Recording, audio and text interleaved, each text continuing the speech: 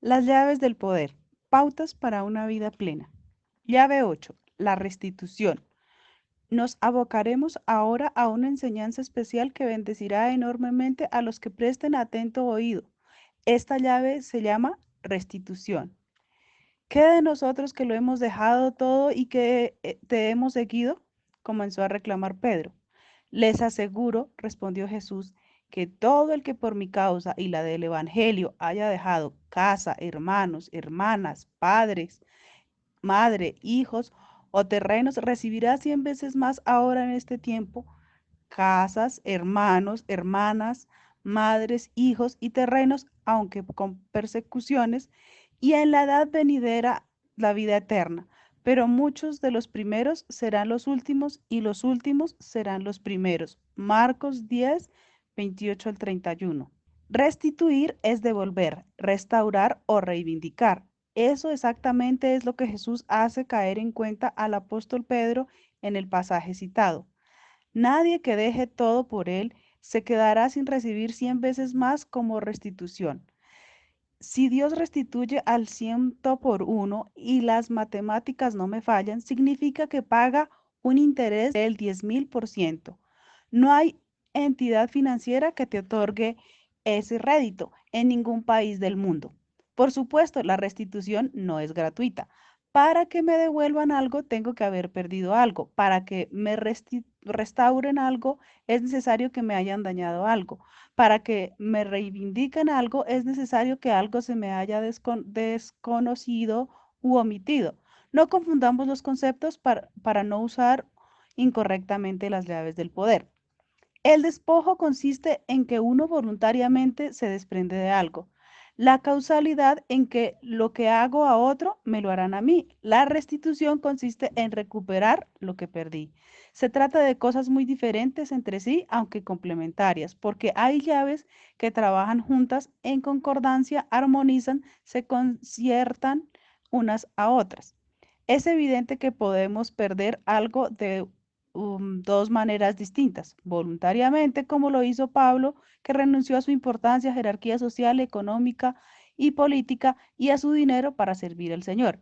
Involuntariamente, pues también puedo perder algunas cosas a través de una prueba, como el caso del patriarca Job. En la primera instancia dejo algo porque quiero. En la segunda me quitan algo porque no lo quería. Las llaves del despojo y la restitución trabajan juntas. Miremos la forma en que el Espíritu Santo nos ha dado esta llave para los tiempos de hoy.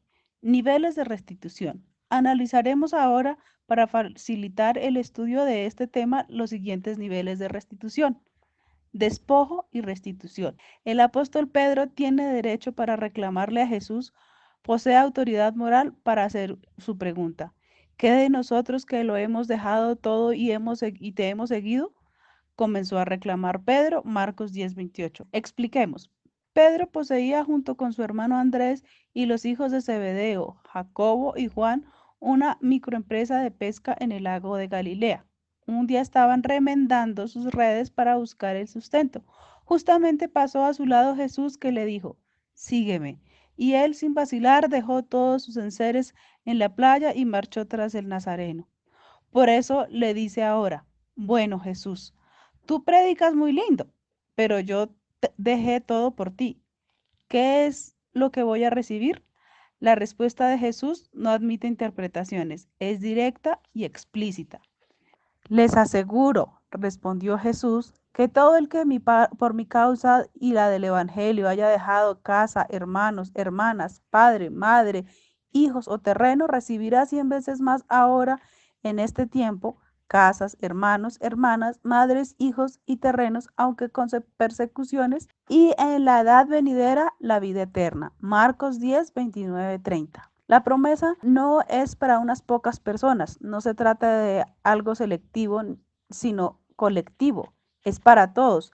Ninguno se quedará sin restitución. Donde dice terrenos hay que entender riquezas en general, pues toda clase de tesoros estaban representados en la tierra, que era la gran posesión de ese tiempo y sigue siéndolo hoy.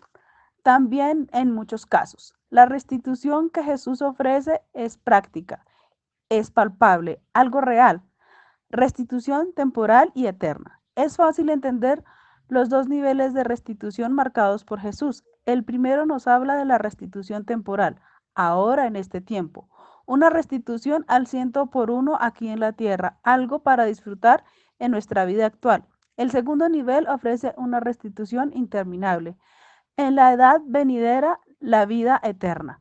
Se perciben dos corrientes igualmente erróneas en el Evangelio contemporáneo. Hay gente que siempre anda buscando 5 patas al gato y algunos creen habérselas encontrado. La primera corriente nos dice que la vida terrenal no es importante para Dios, que Jesús nos da las cosas espirituales pero no las materiales, que su función al hacerse hombre se ha limitado a entregarnos la vida eterna. Eso es una distorsión de la palabra de Dios. La segunda corriente sostiene que el cristianismo es un manual de exitología, de actitud mental positiva y cosas así, para la vida aquí en la tierra sin preocuparse de la vida en el cielo. Una distorsión aún peor que la anterior. Pero, ¿qué dice Jesús? En el pasaje leído, él coloca el fiel de la alabanza, el equilibrio perfecto. Hay una restitución eterna en el cielo, pero hay una restitución temporal aquí en la tierra en este tiempo. Sin sombra de confusiones, en la perspectiva bíblica la restitución es terrenal y celestial. Ejemplos de restitución. La Biblia nos ofrece la mejor ilustración de sus propias afirmaciones. Veamos. Ismael el Beduino. La historia es bien conocida. En vista de que Sara no podía tener hijos, ella y Abraham convienen en que el patriarca entre a la tienda de una esclava muy garbosa de origen egipcio que se llama Agar. El viejo, ni corto ni perezoso, hace su trabajo y como resultado nace Ismael. Pasado el tiempo, la promesa original de Dios se cumple al nacer Isaac y allí comienzan los problemas, como siempre sucede en estos casos. Pero Sara se dio cuenta de que el hijo que Agar, la egipcia, le había dado a Abraham se burlaba de su hijo Isaac. Por eso le dijo a Abraham, echa de aquí a esa esclava y a su hijo. El hijo de esa esclava jamás tendrá parte en la herencia con mi hijo Isaac. Este asunto angustió mucho a Abraham porque se trataba de su propio hijo, pero Dios le dijo a Abraham, no te angusties por el muchacho ni por la esclava. Haz caso a Sara, porque tu descendencia se establecerá por medio de Isaac, pero del hijo de la esclava haré una gran nación porque es hijo tuyo. Génesis 21, 9, 13. La historia relata cómo Ismael, andando el tiempo, casa también con una egipcia y engendra 12 hijos que forman lo que conocemos las 12 tribus arábigas o ismaelitas, una raza que también es llamada agarenos a causa de Agar. Observemos la manera en que se cumple la restitución ofrecida por Dios a Ismael y su madre. Ellos en realidad no se despojan, al contrario, son despojados por viva fuerza, pero Dios es justo y más milimétricamente equitativo. Jamás a través del tiempo, casi 100 años, Ismael e Isaac tuvieron un solo conflicto. Y murió en buena vejez luego de haber vivido muchos años y fue a reunirse con sus antepasados, sus hijos. Isaac e Ismael lo sepultaron en la cueva de Macpela. Génesis 25, 8 al 9a. Aquel fue despojado de su padre y de su hermano por los celos de Sara. Recibe una recompensa restitución familiar, pero lo más importante, esa restitución profetizada desde la antigüedad se ha cumplido prodigiosamente en su descendencia. Los ismaelitas han aportado a la humanidad algunos inventos de importancia, el alcohol, el álgebra, los números arábigos, que son los que sirven en las matemáticas en el mundo entero. Además, el alfiler, el alambre, el alcantarillado, la literatura excelente que bastaría con las 1001 noches. Una arquitectura formidable de la cual quedan vestigios de los 800 años árabes en España. Los ismaelitas, miles de años después del despojo al que fue sometido su padre en el desierto, son los dueños del petróleo y sus riquezas no tienen comparación. La restitución prometida por Dios a Agar a través de Abraham y de Ismael para su descendencia es por siempre. Los árabes hacen presencia en todo el mundo y es fácil observarlos como gente de éxito. Sus grandes habilidades financieras justifican el refrán, lo que se hereda no se hurta. Son buenos hijos de Abraham. En Ismael se demuestra palmariamente que el desposeído será restituido. Raquel, la estéril. Jacob ha tenido que salir de Canaán, pues su hermano Esaú lo busca para matarlo porque le birló la primogenitura. Llega a la tierra de Padán Aram, a casa de su tío Labán, hermano de su madre.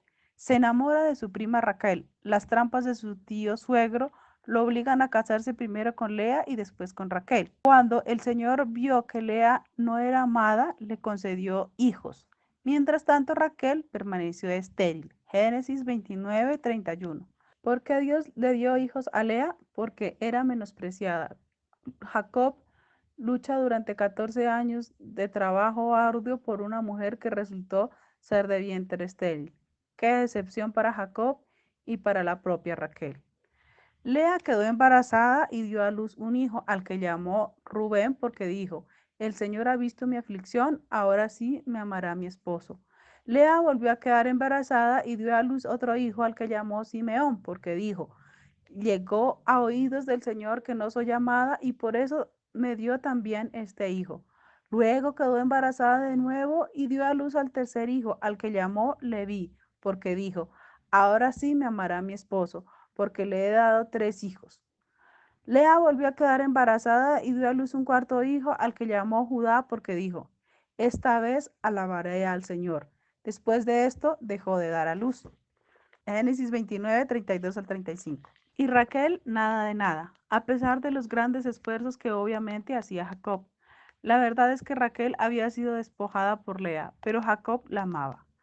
Ya resignada a su suerte, Raquel pide a Jacob que se acueste con su sierva Bila para poder tener un hijo de ella, según las antiguas costumbres orientales, pero Lea seguía teniendo la prominencia. Dios escuchó a Lea y ella quedó embarazada y le dio a Jacob un quinto hijo. Entonces dijo Lea, Dios me ha recompensado porque yo le entregué mi criada a mi esposo. Por eso lo llamó Isaacar. Lea quedó embarazada de nuevo y le dio a Jacob un sexto hijo. Dios me ha favorecido con un buen regalo, dijo Lea. Esta vez mi esposo se quedará conmigo porque le he dado 6 hijos. Por eso lo llamó Zabulón. Luego Lea dio a luz una hija a la cual llamó Dina. Génesis 30, 17, 21.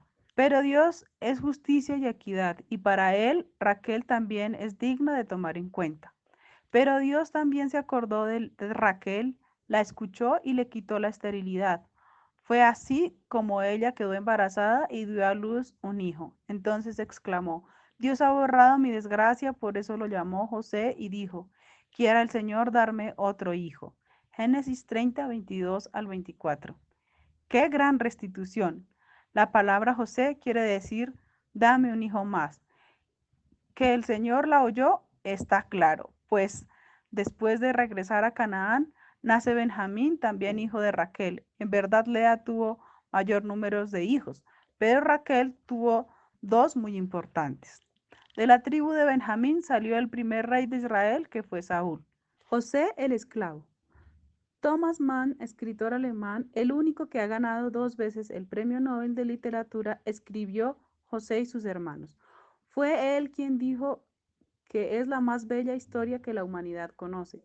Como sabemos por los detalles que están en las Sagradas Escrituras, el fruto de la restitución de Raquel, José, fue despojado por sus hermanos, por sus propios hermanos y vendido como esclavo precisamente a unos ismaelitas. En Egipto fue a parar a la cárcel por negarse a mantener relaciones sexuales con la mujer de su patrón. Y como sabía interpretar sueños proféticamente, culminó ante el faraón ejerciendo este extraño oficio. Entonces el faraón le preguntó a sus servidores, ¿podremos encontrar una persona así en quien reposa el Espíritu de Dios?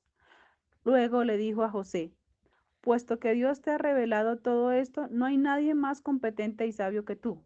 Quedarás a cargo de mi palacio y todo mi pueblo cumplirá tus órdenes. Solo yo tendré más autoridad que tú porque soy el rey. Así que el faraón le informó a José, mira, yo te pongo a cargo de todo el territorio de Egipto. De inmediato el faraón se quitó el anillo oficial y se lo puso a José.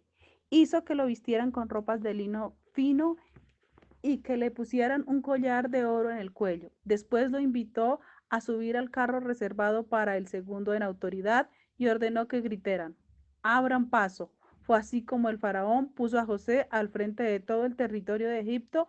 Entonces el faraón le dijo: yo soy el faraón, pero nadie en todo Egipto podrá hacer nada sin mi permiso. Génesis 41, 38 al 44. Esta es la campeona de las restituciones, un esclavo preso convertido en el gobernante más poderoso de la tierra, porque se despojó de un instinto sexual, porque José fue puro, la restitución que le llega es formidable. Y le cambió el nombre a José y lo llamó Safenat Panea. Además le dio por esposa a Asenat, hija de Potifera, sacerdote de la ciudad de On. De este modo quedó José a cargo de Egipto. Versículo 45. Aquí la providencia entrega a José una restitución sentimental. Ya tiene una hermosa mujer a quien amar. Tenía 30 años cuando comenzó a trabajar al servicio del faraón, rey de Egipto. Tan pronto como se retiró José de la presencia del faraón, se dedicó a recorrer todo el territorio de Egipto. Durante los 7 años de abundancia, la tierra produjo grandes cosechas. Así que José fue recogiendo todo el alimento que se produjo en Egipto durante estos 7 años y lo almacenó en las ciudades. Juntó alimento como quien junta arena del mar, y fue tanto lo que recogió que dejó de contabilizarlo. Ya no había más forma de mantener el control. Por la restitución de Dios, un esclavo preso no solo recibe personalmente una enorme cantidad, sino que su restitución se extiende al país que lo honró. Antes de comenzar el primer año de hambre, José tuvo 2 hijos con su esposa Asenat, la hija de Potifera, sacerdote de On. Al primero lo llamó Manasés porque dijo: Dios ha hecho que olvide todos mis problemas de mi casa paterna. Versículos 50 al 51. La palabra Manasés significa el que me hace olvidar. José quiere sanar su corazón. Después de todo lo que sufrió, después de tantas pruebas y tribulaciones, incluso la cárcel, quiere olvidar. Tal es el nombre que pone a su hijo, Manasés, el que me hace olvidar. Al segundo lo llamó Efraín porque dijo: Dios me ha hecho fecundo en esta tierra donde he sufrido. Versículo 52. Efraín significa el que fructifica, el fructífero. Esa es la palabra Efraín, fructificar. ¿Dónde? En la tierra de mi aflicción. La tribu de Efraín, entre otras cosas, llegó a ser tan importante que, para citar un solo caso, el reemplazo de Moisés como caudillo del pueblo, el conquistador de la tierra prometida, que es Josué, pertenecía a ella. La restitución, comenzando desde Raquel, pasa por José y llega a todos los israelitas. Esta restitución es colectiva. Ellos en Egipto se convierten en un gran pueblo, en una nación poderosa. José fue despojado de sus hermanos y restituido por Dios, porque ciertamente Dios restituye lo que el hombre quita. Job el desechado. Este antiquísimo libro de Job contiene el más bello poema del dolor humano. Aquí leemos: en la región de Uz había un hombre recto e intachable que temía a Dios y vivía apartado del mal. Este hombre se llamaba Job. Capítulo 1, versículo 1. Destaquemos las cualidades personales de Job: perfecto, recto, temeroso de Dios y apartado del mal. Tenía 7 hijos y 3 hijas. Era dueño de 7.000 ovejas, 3.000 camellos, 500 yuntas de bueyes y 500 asnas, y su servidumbre era muy numerosa. Entre todos los habitantes del oriente era el personaje de mayor renombre. Para que nos quede claro, Job era un potentado, un hombre de alta clase social y económica en su patria. Sus hijos acostumbraban turnarse para celebrar banquetes en sus respectivas casas e invitaban a sus 3 hermanas a comer y beber con ellos. Una vez terminado el ciclo de los banquetes, Job se aseguraba de que sus hijos se purificaran.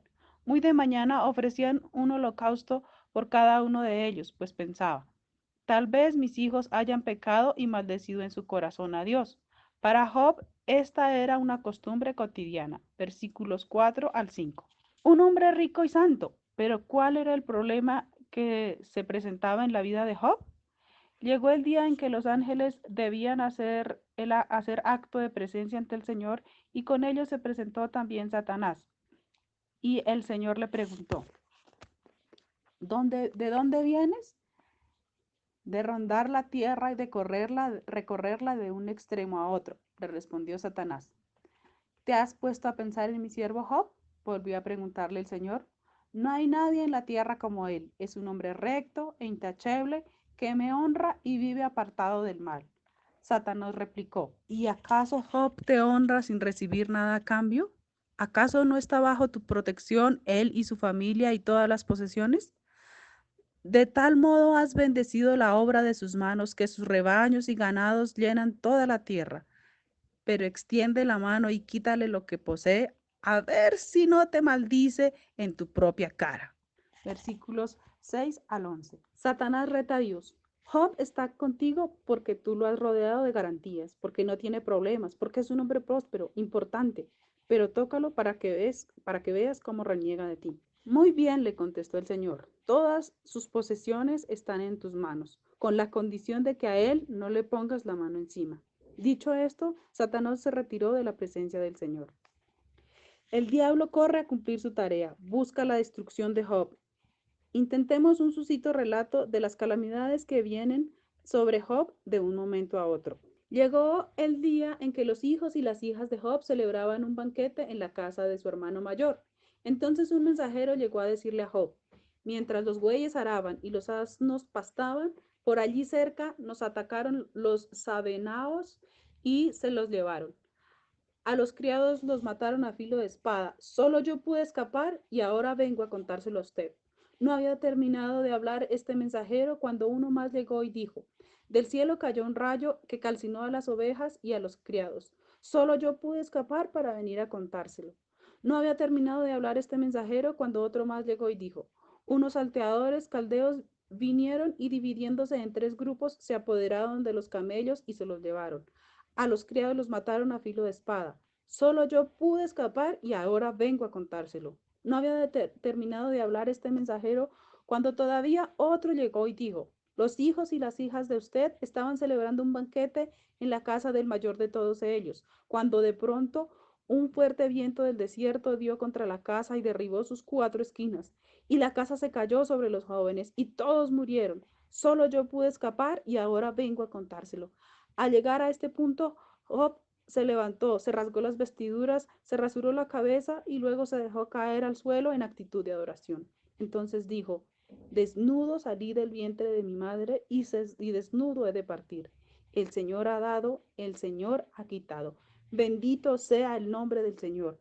A pesar de todo esto, Job no pecó y le echó la culpa a Dios. Versículos 13 al 22. Después de esta narración de calamidades, la gran clave es, cuando viene la prueba, increpar a Dios es la actitud incorrecta si esperamos la restitución divina. Durante mucho tiempo, Job estuvo enfermo, deprimido, convertido en un desecho. Viene un grupo de sus amigos íntimos, pero no para consolarlo, sino para molestarlo, a echarle sal y limón a sus heridas.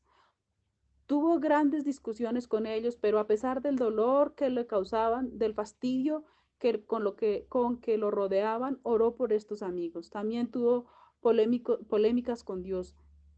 Discutir con Dios no es rebeldía si se hace con respeto y reverencia, pero Job nunca inculpó al Señor de lo que le ocurría. Después de haber orado Job por sus amigos, el Señor lo hizo prosperar de nuevo y le dio 2 veces más de lo que antes tenía. Todos sus hermanos y hermanas, todos los que antes lo habían conocido, fueron a su casa y celebraron con él un banquete.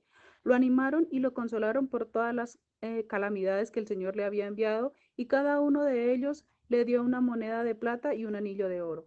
El Señor bendijo más los últimos años de Job que los primeros, pues llegó a tener 14,000 ovejas, 6,000 camellos, 1,000 yuntas de bueyes y 1,000 asnas. Tuvo también 14 hijos y 3 hijas. A la primera de ellas le puso por nombre Paloma, a la segunda Canela y a la tercera Linda. No había en todo el país mujeres tan bellas como las hijas de Job. Su padre les dejó una herencia, lo mismo que a sus hermanos. Después de estos sucesos, Job vivió 140 años. Llegó a ver a sus hijos, a los hijos de sus hijos, hasta la cuarta generación. Disfrutó de una larga vida y murió en plena ancianidad. Job 42, 10 al 17. La lección que debemos aprender de aquí como un principio bíblico de la restitución es esta. Dios restituye lo que Satanás roba. Zaqueo el capo. Para nadie es un secreto que a Jesús le gustaban las malas compañías. He aquí un caso ilustrativo. Jesús llegó a Jericó y comenzó a cruzar la ciudad. Resulta que había allí un hombre llamado Zaqueo, jefe de los recaudadores de impuestos, que era muy rico. Estaba tratando de ver quién era Jesús, pero la multitud se lo impedía, pues era de baja estatura. Por eso se le adelantó corriendo y se subió a un árbol para poder verlo, ya que Jesús iba a pasar por allí.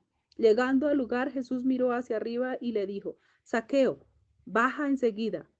Tengo que quedarme hoy en tu casa. Así que se apresuró a bajar y muy contento recibió a Jesús en su casa. Al ver esto, todos empezaron a murmurar: ha ido a hospedarse con un pecador. Lucas 19, 1 al 7. Los publicanos eran recaudadores de impuestos. Ellos sangraban a su propia gente para quitarle el dinero y luego lo serruchaban con los funcionarios de Roma, la potencia extranjera que tenía invadida su tierra. Eran desalmados, apátridas, por eso la gente los detestaba tan vivamente. Zaqueo era el jefe de los publicanos. Ellos formaban una mafia. No hay otra palabra moderna para decirlo. Por eso la gente se escandalizaba de que Jesús fuera a posar en la morada de Zaqueo. Es como si hace algunos años el Señor se hubiera ido a hospedar en Chicago la casa de Al Capone. Un escándalo de marca mayor. Era desafiante Jesús, ¿verdad? Pero Zaqueo dijo resueltamente: mira, Señor, ahora mismo voy a dar a los pobres la mitad de mis bienes, y si en algo he defraudado a alguien, le devolveré 4 veces la cantidad que sea. Hoy ha llegado la salvación a esta casa, le dijo Jesús, ya que este también es hijo de Abraham, porque el Hijo del Hombre vino a buscar y a salvar lo que se había perdido. Versículos 8 al 10. Zaqueo, como judío, entiende exactamente el principio de la restitución. La mitad de sus riquezas será para los pobres. Él reserva solo la mitad. Si comprueba que ha defraudado a alguna persona, le devolverá el dinero cuadruplicado. Así como era astuto para los negocios, lo era también para las leyes espirituales. La llave verdadera de la restitución consiste en que yo mismo debo restituir. Debo restituir amor, dinero, fama, cualquier cosa que le haya quitado al prójimo. Si no restituyo, no seré restituido. Eso es lo que Zaqueo discierne y practica. Por eso el apóstol Pablo recomienda a los cristianos: paguen a cada uno lo que le corresponda. Si deben impuestos, paguen los impuestos. Si deben contribuciones, paguen contribuciones.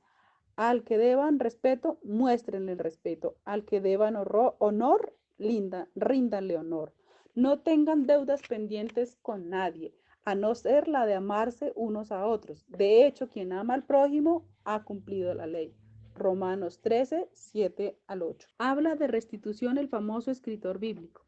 En el Sermón del Monte, que es la constitución del reino de los cielos, Jesús nos advirtió: si traes tu ofrenda ante el altar de Dios y te acuerdas de un problema con tu hermano, deja la ofrenda y ve y restituye a tu hermano y después ven a presentar tu ofrenda.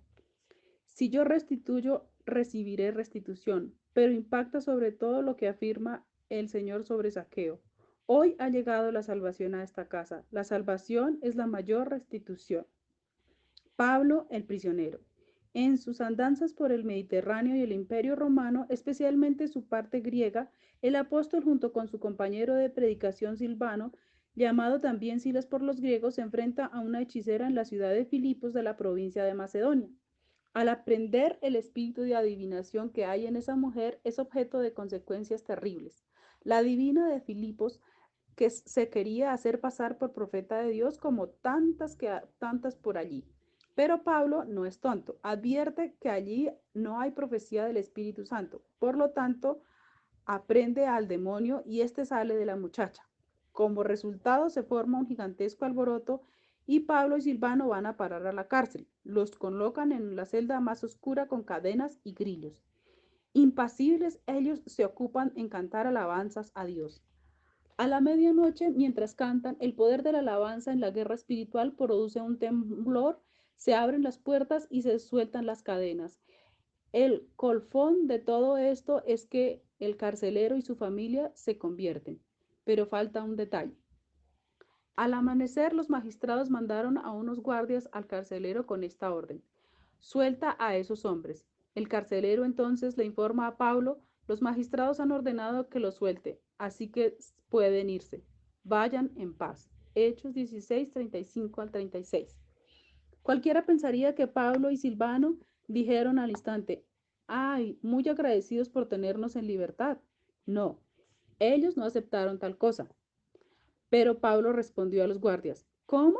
¿A nosotros que somos romanos, que nos han azotado públicamente y sin proceso alguno y nos han echado a la cárcel, ahora quieren expulsarnos a escondidas? Nada de eso, que vengan ellos personalmente a escoltarnos hasta la salida. Versículo 37. Qué inteligente Pablo. No basta que me abran la puerta. No solo nos deben restituir nuestra libertad física como si fuéramos indultados o amnistados, como si nos estuvieran perdonando algo, cuando no hemos hecho nada. Ellos deben disculparse con nosotros, reconocer que ha habido un error judicial. En otras palabras, tienen que restituirnos nuestra honra porque no somos delincuentes. Él exige su restitución. Los guardas comunicaron la respuesta a los magistrados. Estos se asustaron cuando oyeron que Pablo y Silas eran ciudadanos romanos, así que fueron a presentarles sus disculpas. Los escoltaron desde la cárcel pidiéndoles que se fueran de la ciudad. Versículos 38 al 39. Los jueces le ruegan que salga de la ciudad. Este episodio se ha repetido en la historia por el ejemplo de Pablo. En la antigua Rusia de los zares, a finales del siglo XIX, se inició un sonado proceso que concluyó ya entrado el XX. Un carnicero judío de la ciudad de Kiev, llamado Mendel Bailis, fue acusado por los ortodoxos de haber degollado a un niño cristiano para utilizar su sangre en un sacrificio. Como el carnicero era inocente, se movieron los defensores de los derechos humanos en todo el mundo y se formó un gran problema en el orden público. El zar entonces envió a Nikolai Segloviot, que era su ministro de justicia, a soltar el carnicero. Cuando el funcionario se presentó en la celda, abrió la puerta de la prisión y dijo al hombre que quedaba libre. Entonces habló en judío: ¿sabe una cosa, señor ministro? Un judío llamado Pablo de Tarso, en quien usted cree, a quien ustedes predican, por cuyas doctrinas ustedes seguían, fue encarcelado injustamente y no quiso salir de la cárcel con solo que le abrieran la puerta. Yo haré lo mismo. Usted me tiene que restituir como hace 2000 años el imperio restituyó a Pablo. No me retiro de aquí hasta que usted diga públicamente que soy inocente. En Francia, en la segunda mitad del siglo pasado, se presentaron grandes persecuciones contra los judíos por el solo hecho de serlo. Alfred Dreyfus era un oficial del ejército francés a quien acusaron con pruebas falsas y testimonios montados de ser espía de los alemanes. Le hicieron un juicio público, lo escarmentaron, lo despojaron de su uniforme y sus arreros militares y lo condenaron a prisión perpetua en la isla del Diablo de Guayana, Francia, cerca de Venezuela. Años después, el intelectual Emilio Solá se dio a examinar el caso y finalmente escribió un célebre Yo acuso manifiesto publicado en el periódico de La Aurora de París, en el cual demostró que con Dreyfus se había cometido una injusticia. El caso llegó a ser tan famoso en el mundo que el gobierno francés se vio precisado a restituir a Dreyfus. Lo sacaron de la isla del Diablo, le dieron una enorme suma de dinero y en una ceremonia pomposa lo reincorporaron como oficial al ejército francés. Eso se llama restitución. Detengámonos por un momento en el caso de Israel. Hace 2000 años, bajo Tito y Vespacio, el imperio romano arrasó la tierra santa tal y como Jesús lo profetizó. Los judíos fueron esparcidos por todas las naciones sin esperanza de tener un país que adquirir una patria. Todos los años durante 2000 oraron diciendo: y el año que viene en Jerusalén, amén. Recién pasada la Segunda Guerra Mundial, un grupo de sobrevivientes del holocausto nazi que eran físicamente esqueletos forrados en piel, bajaron chocando las rodillas de un barco destartalado que los arrojó en las playas de Haifa.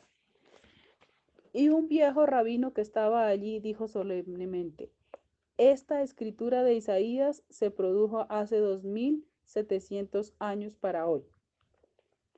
Se alegrarán el desierto y el sequedal, se regocijará el desierto y florecerá como el azafrán, florecerán y se regocijará, grita de alegría, se dará la gloria del Líbano y el esplendor del Carmelo y el Sarón. Ellos verán la gloria del Señor, el esplendor de nuestro Dios. Fortalezcan las manos débiles, afirmen las rodillas temblorosas. Digan a los de corazón tembloroso, sean fuertes, no tengan miedo. Su Dios vendrá con venganza, con restitución divina, vendrá a salvarlos. Isaías 35, 1 al 4. Y regresaban a tierra de sus antepasados 20 siglos después. El tema se aclara más aún en la pluma de Ezequiel y su tremenda visión espiritual junto al río Quebar, en la antigua aldea de Tel Aviv, asentamiento de los judíos expatriados de Babilonia. Luego me dijo: hijo de hombre, estos huesos son el pueblo de Israel.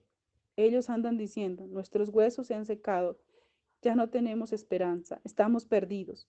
Por eso profetiza y adviérteles que así dice el Señor omnipotente: pueblo mío, abriré tus tumbas y te sacaré de ellas y te haré regresar a la tierra de Israel. Ezequiel 37, 11, 12. Si quieres conocer la realidad de la restitución, mira a Israel. El desierto floreció como la rosa, según lo había visto Isaías 700 años antes de que Dios se hiciera hombre. Los esqueletos forrados en piel crearon el moderno estado que diseñó Teodoro Herzl a través del sionismo, la restitución nacional. Todos los procedimientos de Dios afectan primero al individuo y después a la sociedad. La Biblia contiene muchos ejemplos acerca del tema. Las eras se llenarán de grano, los lagares rebosarán de vino nuevo y de aceite. Yo les compensaré a ustedes por los años en que todo lo devoró ese gran ejército de langostas que envié contra ustedes. Las grandes, las pequeñas, las larvas y las orugas. Ustedes comerán en abundancia hasta saciarse y alabarán el nombre del Señor su Dios, que hará maravillas por ustedes. Nunca más será avergonzado mi pueblo. Entonces sabrán que yo estoy en medio de Israel, que yo soy el Señor su Dios, y no hay otro fuera de mí. Nunca más será avergonzado mi pueblo. Joel 2, 24 al 27. Joel escribe su profecía en una época de grandes dificultades nacionales para Judá e Israel. Es más, el tema del libro de Joel es la miseria nacional. El que tenga oídos para oír, que oiga, y el que tenga ojos para leer, que lea. Pensemos en un pueblo desolado como Colombia, por ejemplo. ¿Cómo Joel pronuncia su profecía? No hay un solo mal que no caiga sobre los israelitas: hambre, violencia, desempleo, derramamiento de sangre, injusticia social, robo, guerras por doquier, plagas, pestes. Y entonces, sorpresivamente, Joel habla de restitución. El Señor promete restituir al pueblo si éste se arrepiente de sus caminos torcidos. ¿Qué dice la profecía? Las eras se llenarán de trigo y los lagares rebosarán de vino y aceite. Yo les compensaré a ustedes por todos los años en que todo lo devoró ese gran ejército de langostas que envié contra ustedes, las grandes, las pequeñas, las larvas y las orugas. Versículo 25. Que ese sea nuestro tema desde hoy mismo. Ustedes comerán abundancia hasta saciarse y alabarán el nombre del Señor su Dios, que hará maravillas por ustedes. Nunca más será avergonzado mi pueblo. Versículo 26. Miremos con cuidado algunos símbolos que hay aquí. Se habla de abundancia, de tres productos básicos para la vida humana, pero que son al mismo tiempo símbolos de la vida espiritual. El grano. ¿Qué dijo Jesús? Si el grano de trigo no cae en tierra y se pudre, no produce fruto. Pero además del trigo sale el pan para la cena del Señor, representando su propio cuerpo. El vino, que significa el vino en el contexto espiritual, la sangre bendita de nuestro Señor Jesús derramada por nosotros en la cruz. El aceite es el símbolo por excelencia del Espíritu Santo. Aceite implica unción. Se habla entonces de una abundancia material, pero paralelamente también de una abundancia espiritual. En el ejemplo del joven rico que no quiso restituir Podremos escarmentar, por ejemplo, de Pedro, que hizo una gran pregunta. En las respuestas del Señor hallaremos una lección valiosa para nuestras vidas. Cuando Jesús estaba ya para irse, un hombre llegó corriendo y se postró delante de él. Maestro bueno, le preguntó, ¿qué debo hacer para heredar la vida eterna? Marcos 10:17. Impresiona que Jesús ponga directamente el dedo en la llaga. Ya sabes los mandamientos: no mates, no cometas adulterio, no robes, no prestes falso testimonio, no defraudes, honra a tu padre y a tu madre. Versículo 19. El joven rico, hijo de papi, como se dice en nuestro medio, sintió descanso. Maestro, dijo el hombre, todo esto lo he cumplido desde que era joven. Versículo 20. Sin embargo, aún falta un pequeño detalle por resolver. Jesús lo miró con amor y añadió, una sola cosa te falta. Anda, vende todo lo que tienes y dáselo a los pobres y tendrás tesoro en el cielo. Luego ven y sígueme. Versículo 21. Ante la parte tediosa del sermón, el adinerado mostró el cobre de su verdadero carácter. Al oír esto, el joven se desanimó y se fue triste porque tenía muchas riquezas. Versículo 22. Jesús, por cierto, no lo agarra por el manto para detenerlo. Deja que se vaya. El cristianismo es voluntario, no obligatorio, pero aquí se desencadena una consecuencia magistral. Jesús miró alrededor y comentó a sus discípulos: qué difícil es para los ricos entrar en el reino de Dios. Los discípulos se asombraron de sus palabras.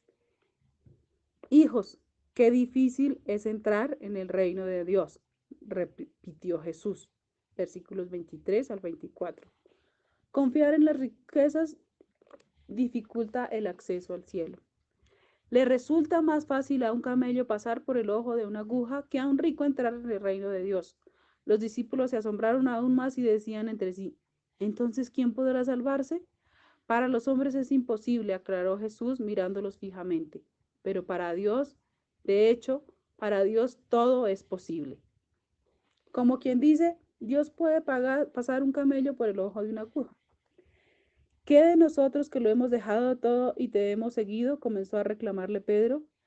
Les aseguro, respondió Jesús, que todo el que por mi causa y la del Evangelio haya dejado casa, hermanos, hermanas, madre, padre, hijos o terrenos, recibirá 100 veces más ahora en este tiempo, casas, hermanos, hermanas, madres, hijos y terrenos, aunque con persecuciones y en la edad venidera, la vida eterna. Pero muchos de los primeros serán los últimos y los últimos serán primeros. Versículos 28 al 31. Hay una restitución eterna y una restitución temporal. El que dialoga hace 2000 años con Pedro y otros apóstoles, el que exhorta a ese joven rico a que entendiera la ley de la restitución, es aquel que se hizo hombre porque estábamos destituidos de la presencia del Dios eterno, y Él, al despojarse de todo por amor a nosotros, se convirtió en nuestra restitución eterna.